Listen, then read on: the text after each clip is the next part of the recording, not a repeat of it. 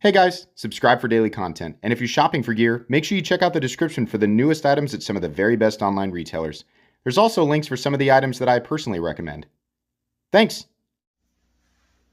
What's going on YouTube? Metal Complex here, and today I've got another interesting knife review slash knife overview to show you guys. This is the Heretic Knives Manticore X. This is the larger OTF in their double action OTF line. This knife was sent to me by, I hope you guys can read this here, Mr. Garlic, not because his handwriting's bad, because I wanted to make sure it focused. Mr._Garlic on Instagram, or at Gettysburg Sharpening Co. on Instagram. Please give him a follow. It's because of people like him that I'm able to bring you guys daily knife content. It's also because of my generous patrons. Thanks for supporting me. There's a link for Patreon right down below.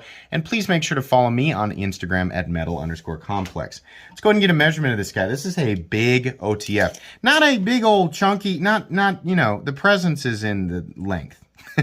I'm sure I'll get some jokes in the comment section there.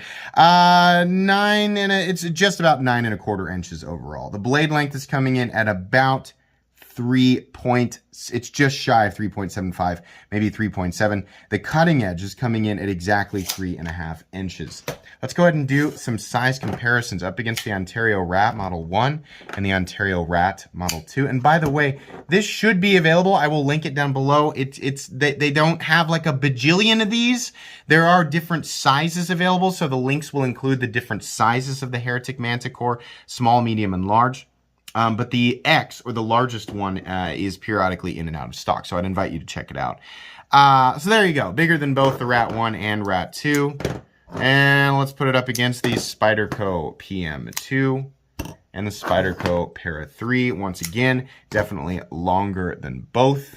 And last but not least, actually we're going to do more size comparisons besides this one. Up against the Benchmade Griptilian, or in this case the Ritter Hogue, and the Benchmade Bug Out. Also longer than both. Let's do size comparisons up against some other large OTFs that you guys may or may not have, or might be interested to take a look at. How about the Microtech Combat Troodon? Yeah, surprisingly, this is very, very similar in overall length. We're at an angle here, guys, but extremely similar in overall length to the Combat Troodon. I wish I had the Dirac Delta here, because I think the profile's a little bit more slender, like the Dirac Delta, but I don't have it.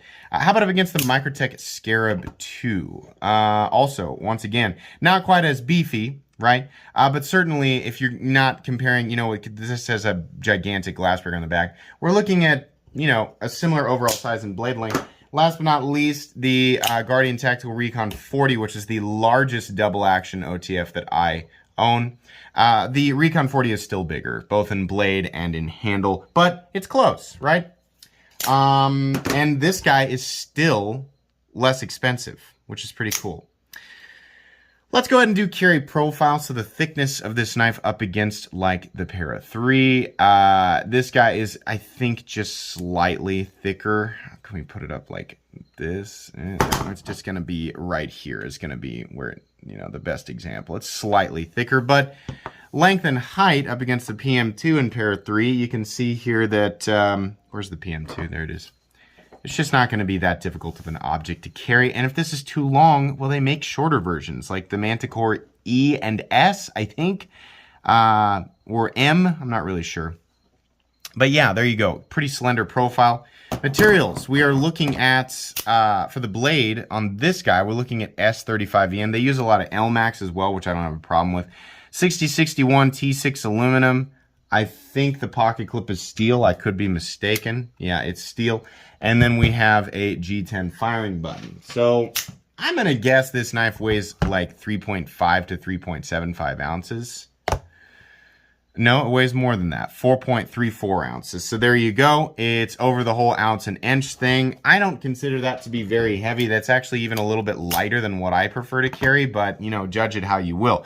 I think the main issue for a lot of people is going to be the fact that this is an automatic knife with a blade length that is well over 3 inches. And in this case, it's dagger ground. So this is like a triple illegal knife for a lot of people. Out here in Kansas, no big deal, but if you're looking at this and thinking, I'd like to own that, check your local laws, because in some places, these can get you in a lot of trouble. Let's go ahead and move on here. So this is one of the best looking OTFs on the market. This is a beautiful looking OTF. The machining on the aluminum is great. The blade grind is great. And fit and finish all the way around is excellent. You see that line runs right down the center. If you're going to do a symmetrical blade like that, it needs to be done right, and this is done right. Both sides, if I'm not mistaken, these are hollow ground. On both edges are hollow ground, right? The dagger edge, you know, the benefit to that is that you are effectively doubling the potential edge retention of whatever the composition is, right? So a single edge made of M390 will technically not have an edge that will last as long as a double edge of S35VN, right? So even though the blade steel in this case is not S35VN, you are getting double the edge retention of S35VN, which is pretty good. But that's the same, you know, you can get a dagger ground blade from Microtech that's made out of M390 and get double M390 edge retention. I'm just saying that's kind of the benefit here with a dagger ground blade. What you lack is the ability to place your thumb up on the blade while you're doing maybe some detail work. So that's something you're gonna have to decide for yourself. But yeah, beauty is presence. This is very stylish, very modern looking, and I like how they decided to do this. That blade is just excellent with that flat running right down the center. Really, really nice. Has the Heretic Knives logo and says S35VN, nothing on the other side. On the front, we have the Heretic logo, which I think actually looks pretty nice, placed right there. Kind of like the G10 firing button. They're not all blue and black. There are lots of different colors of buttons, right? It just allows them to add some flair to an otherwise really plain knife. I think these come in multiple colors with the aluminum as well, but it's hard because the Manticore X is not often in stock, so I haven't seen all of the different variables. Right here it says Heretic Knives, Manticore X Blade Show 2020 USA, so that's where this one came from. Firing action on this guy, how does it feel? So there's plenty of power. If you're worried about power with the Manticore X, I wouldn't be worried about that. There's plenty of power. It takes quite a bit of force to pull that button down and press it back forward. It's pretty similar to what I experienced with the Combat Troodon. In fact, honestly, it's probably a little bit harder with this guy. Power feels identical to the Combat Troodon. Probably not firing as hard as the Scarab 2 or the Guardian Tactical Recon 40. But it is firing plenty hard, especially considering what it costs, right? Feels really similar to a lot of larger Microtechs. It's just, if you've had trouble with the knives like the Combat Troodon in the past, you're looking at a similar amount of force that's required to throw the blade on this guy on the firing switch. So, you know, just keep that in mind. We did not do a hardware check on this guy. Let's go ahead and do that. Get out my tools. As per usual, my tools are very inexpensive, very recommendable. You can find them right down in the section of my description that says my tools underneath this video. Everything is T8. Look at that. Yeah. So if you want to take this apart, which I used to say that, you know, OTFs, double action OTFs were a lot more complicated on the inside. They're not. I don't know if this is going to void your warranty or not, so you better check on that first before you go taking anything apart. But if you need to get in there, it's really just a few T8 heads on this side, and then, you know, take off the pocket clip screws, which also appear to be T8. So yeah, not that big of a deal. That's pretty nice that they've done it like that. There is a glass breaker back here, and this is my favorite way for a glass breaker to be done. We do not need this monolithic citadel sticking out of the back of the knife, right? Same thing with the Combat Troodon here. I don't need that. Just the ball bearing will do the trick. That I am honestly, I think that this will do just as fine a job of smashing glass as this, right? I don't know why. I love it when companies do it like this. This just looks better, right? Not in the way, not pointy, right? Ergonomically, this thing offers an incredible amount of freedom, right? There's a just slight curvature in some of these areas. There's a little bit of jimping there. None of it's aggressive. It's really, really well done. And the pocket clip is much less aggressive than a lot of other Heretic knife pocket clips that I've seen. There's a little bit of a gooseneck, a little bit of a goose bill going on there, but truthfully, it's pretty comfortable for an OTF. You know, issues that you generally run into with an OTF is that you pretty much can run, there's no guard here. You can run your finger right up on the blade if you're not being careful, and you are going to have to work around ergonomically around that button. You can choke up on it, but you're kind of pushing into the button, right? You can choke back, but you're quite a ways from the edge. I mean, a lot of that's true for a regular knife, but yeah, it's pretty comfortable for an OTF, and the corners and edges are all really nicely knocked down. There's nothing about this knife that makes it look like they cut corners. Everything looks really, really good. I'm especially impressed with the blade. The blade just looks really, really excellent. The grinds look excellent. This is what people look for. If they're buying a dagger ground dual action OTF, they want that grind to be perfect. They're buying it because of a lot of, the reason they're buying it is how it looks, right? A lot of it is, of course, the action, feeling of action, overall presentation of the knife, and the utility of it, if they can legally carry it, right? But everything was done really, really well. I think the weirdest part of the knife is probably just the pocket clip. It's like, I wish the pocket clip was a little bit shorter, a little bit less with the whole like pronounced thing. And I know that they went for something special, and something unique here. And that I appreciate that. I kind of just want the clip to be toned down a little bit and not so, this whole area up here is just kind of intense. They do have a lanyard hole being prioritized over the pocket clip, but it's so close because of how they did it. That's an example of a lanyard hole that really doesn't bother me. You see how they did it on the Guardian Tactical? They just put the clip below it. On this one, they kind of put the carry depth like almost right down the middle. So it's fine, right? It's kind of being prioritized, not really. In and out of the pocket, this is fine. Even, despite that bill, it's pointing down, which drives me crazy. It's still all right. I can get this thing in and out of the pocket, no problem. So, S35 again, I kind of wish that they had gone ahead with M390, but that would make it more expensive. So, this is a US-made OTF, right?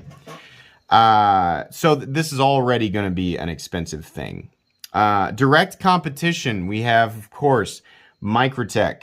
And we have Guardian Tactical. You could also say Benchmade with the Infidel. There's a few other companies out there.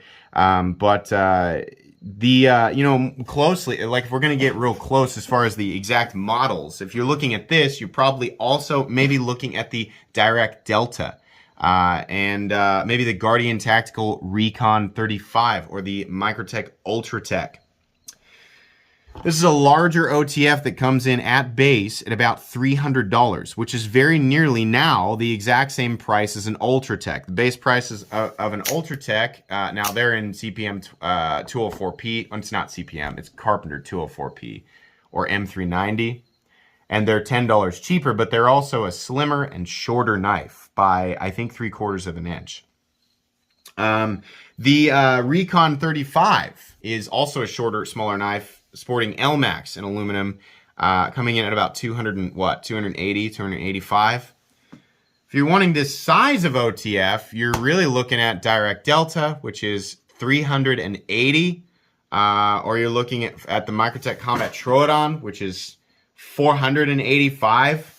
The Recon 40, which is one of the best deals for a large OTF out there, sporting LMAX and aluminum, coming in at about 380 or something like that. I think this is pretty competitively priced. I think it's a pretty good price. I really wish that it was M390 or something and maybe a little bit more expensive. Like I wonder if they threw M390 on here and this was like 340 or 350. I wouldn't shy away from that. But I'll say that this is one of, if not the most beautiful, large-sized double action OTFs out there. One of the only disappointing things is, and it's just by a teeny tiny bit, it's not like all of a sudden S35 Vienna is a bad steel. It's just, we see that steel a lot more in a much less expensive territory now, right? Whereas it's not necessarily always the case with M390. And the direct competition for this knife, a lot of its competition is sporting M390. Pocket clip is a little bit goofy as well, but everything else here is very, very good. I think this is an excellent value at $300. Compared to its actual competition, it's something that I always say when I'm talking about OTFs is, yeah, you can get an OTF for like $100 to $150. And there are companies who are right now pretending like they're 100% made in the United States. No. You can trust companies like, I think SOG and Hogue and Benchmade, and was it H&K? companies like Heretic, Microtech, ProTech, Guardian Tactical, companies like that. You know, when they say where they're made and what they're, you know, pricing based on the materials and where the price is at, you know, you can trust them. There are now, just because I didn't name a company does not mean that I'm automatically saying that they're fake. But there are some companies out there. There are some OTF companies that are very much pretending to make things where they're not making them. Having all of the things created in another country and then having them shipped to the United States and then just assembled there certainly cuts a lot of your costs down. And, you know, saying made in the United States, right? That's, yeah, made in the United States. So what I'm saying is I'm not trying to damn any specific company. Not going to name any names. Be really careful about who you buy from and who you trust. Read into exactly what's going on with the production of the knife, right? And I think that's the case with anything. But as far as Heretic knives go, good to go. Real, made in the USA, OTF. Great presentation, great function. A couple of quirks, but nothing I think most people can't get around. This is recommendable. It's absolutely a recommendable knife, so I will put it in my most recommended knives playlist. Thanks again to, it was Michael who sent this in. Thanks again to Michael for sending this in and letting me take a look at it. Really appreciate that. Please make sure to follow me on Instagram at metal_complex. If you enjoyed this video, leave a like. If you'd like to check out my other content, I do, of course, have lots of videos of knives that are either expensive or inexpensive that I do or don't like, so check those out. And if you enjoy all my content, go ahead and click on that Metal Complex logo right there and subscribe, because there's definitely more coming. Thanks again for watching, everybody, and have a great day.